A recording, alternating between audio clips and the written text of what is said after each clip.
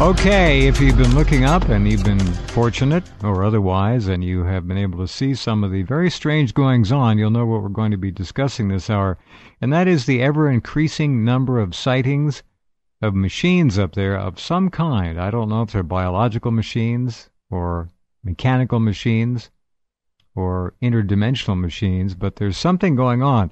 They're commonly referred to as orange fireballs. We know they're not really fire. There's something else. They're orange. They're spherical, usually. We have had reports of them exchanging what appears to be almost a static lightning discharge between two or three of them.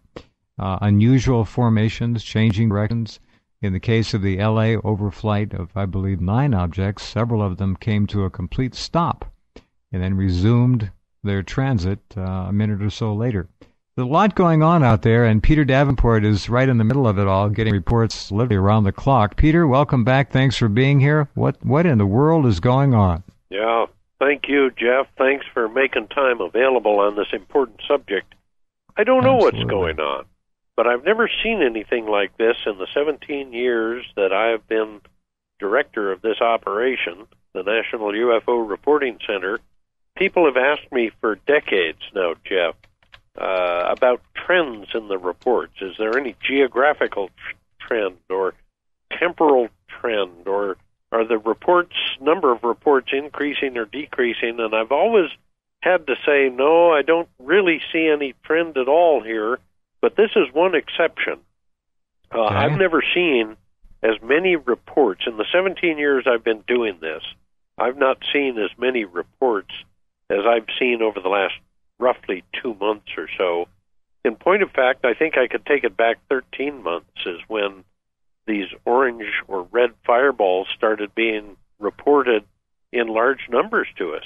And I have no idea what they are, but it is a persistent phenomenon, and many of the witnesses who are submitting these reports appear to be sane and sober-minded, so I'm in a quandary, except to say it looks as though there's been a change in the UFO phenomenon on this planet.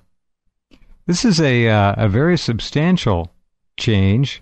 Does it suggest that the normal kinds of objects that are sighted, the disks and the triangles, have abated in their frequency, or are they still here and we just are adding numbers to the total mass of sightings, new numbers? Yeah, I'm hard put to answer that. I think we are still getting a few reports of disks and triangles, but whether they're any fewer or more than what we've had in past years, I don't know. But just last night, as it turns out, we updated our website. We posted, I think, 3 or 4, maybe 5 reports to our website. We have not updated the database of cases just because I've had so many reports submitted to our center that I haven't even been able to keep up with them.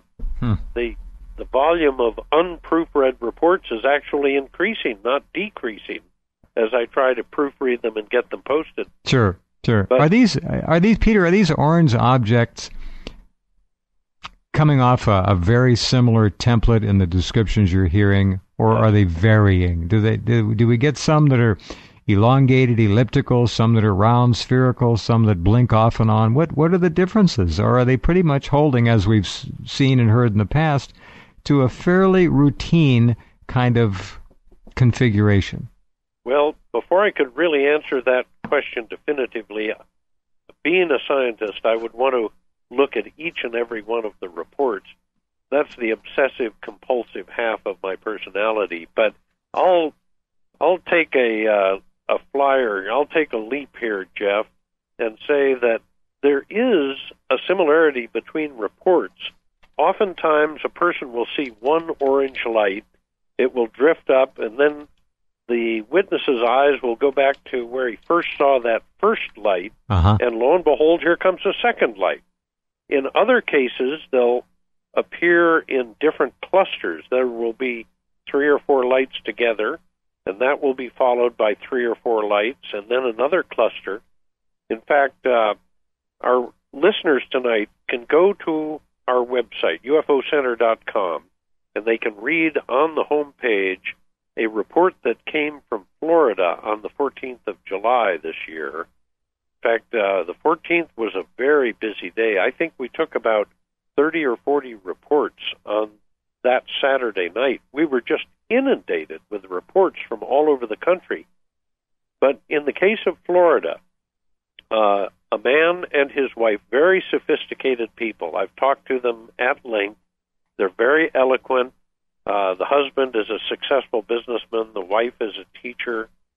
And they saw an estimated 20 to 40 orange lights over St. Pete Beach, which is fittingly near St. Petersburg. Uh-huh. And suddenly the lights all changed direction at once and started going out to sea to the west. Now, 20 to 40. 20 to 40. That's a pretty big cluster. It's a very big cluster. I've had reports of an estimated up to 100 or more of these objects in one cluster. Wow. Now, the interesting thing about this sighting from St. Petersburg is that 3 hours earlier, and I tried to get the person who submitted this report to come with me on this program tonight, but I never got a return phone call from this person. On the, again, Saturday night, the 14th of July, 3 people were standing in Airway Heights, Washington. And that's just, 3 or 4 miles to the west of the Spokane city limit. They were looking to the west. They live a mile east of Fairchild Air Force Base, which is a major active Air Force base here, refueling base. They were looking to the west.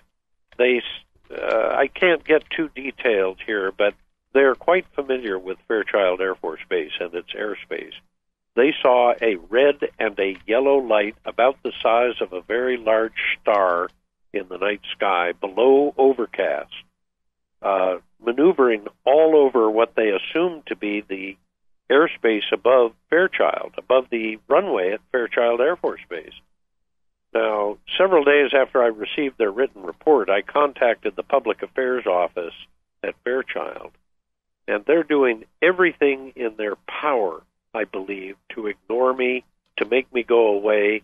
They wanted all the reports I could give them, but they did not want to talk to me. They did not want to pursue some of the questions that I posed to them as to whether their air traffic controllers in the tower had seen these objects, or if any base personnel. It's a very large base. There would have been, at 9:30 on a Saturday night, probably a lot of people out looking at the night sky.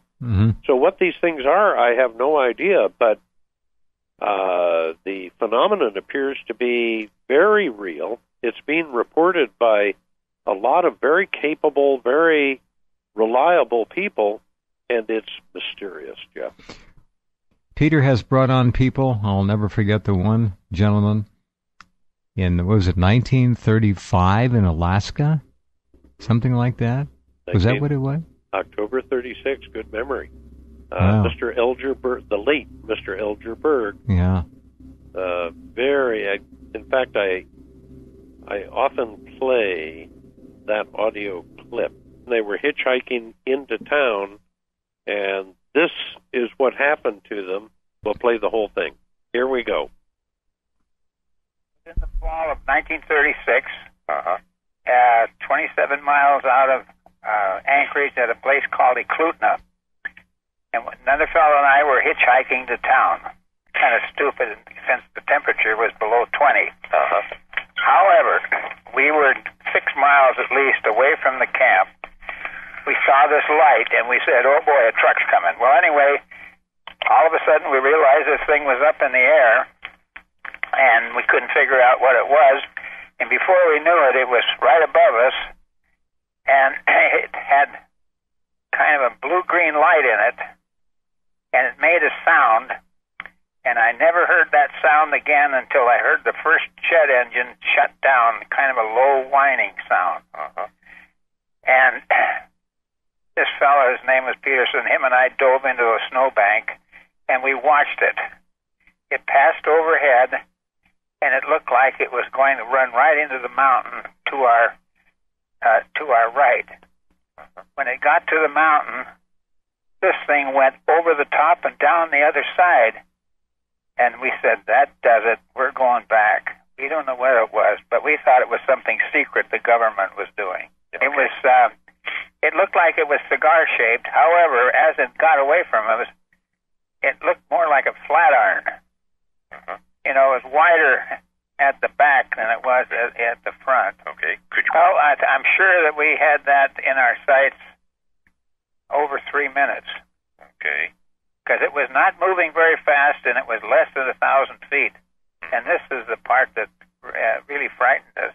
Yeah. When I think about it, there may have been more than one light, but it was blue-green light, or maybe a couple of them, either on the sides or on the top. I was too rattled to really, you know. Yeah. And my response was to Peterson was, God, dive into the snow. I think it's going to crash. Uh-huh. We were looking at the side of it. Uh-huh. And as it passed, as it got away, it looked wider at the back than it did at the front. Uh-huh. The sound that came from it was nothing like they had in those days. Mm-hmm. Those were all piston engines. Mm-hmm. And like I said, the sound reminded me of when the pilot shuts down a turbine. It has a kind of a whining, warbling sound that mm-hmm. finally peters out. And that's the sound that I heard, and I'm sure Peterson heard it too. Yeah. Well, there you have it. What a great report! What a nice man! What a wonderful legacy that he has left behind for all of us to learn from and listen to. Now, I defy anybody to look at me or you with a straight face and say, that was a secret government project.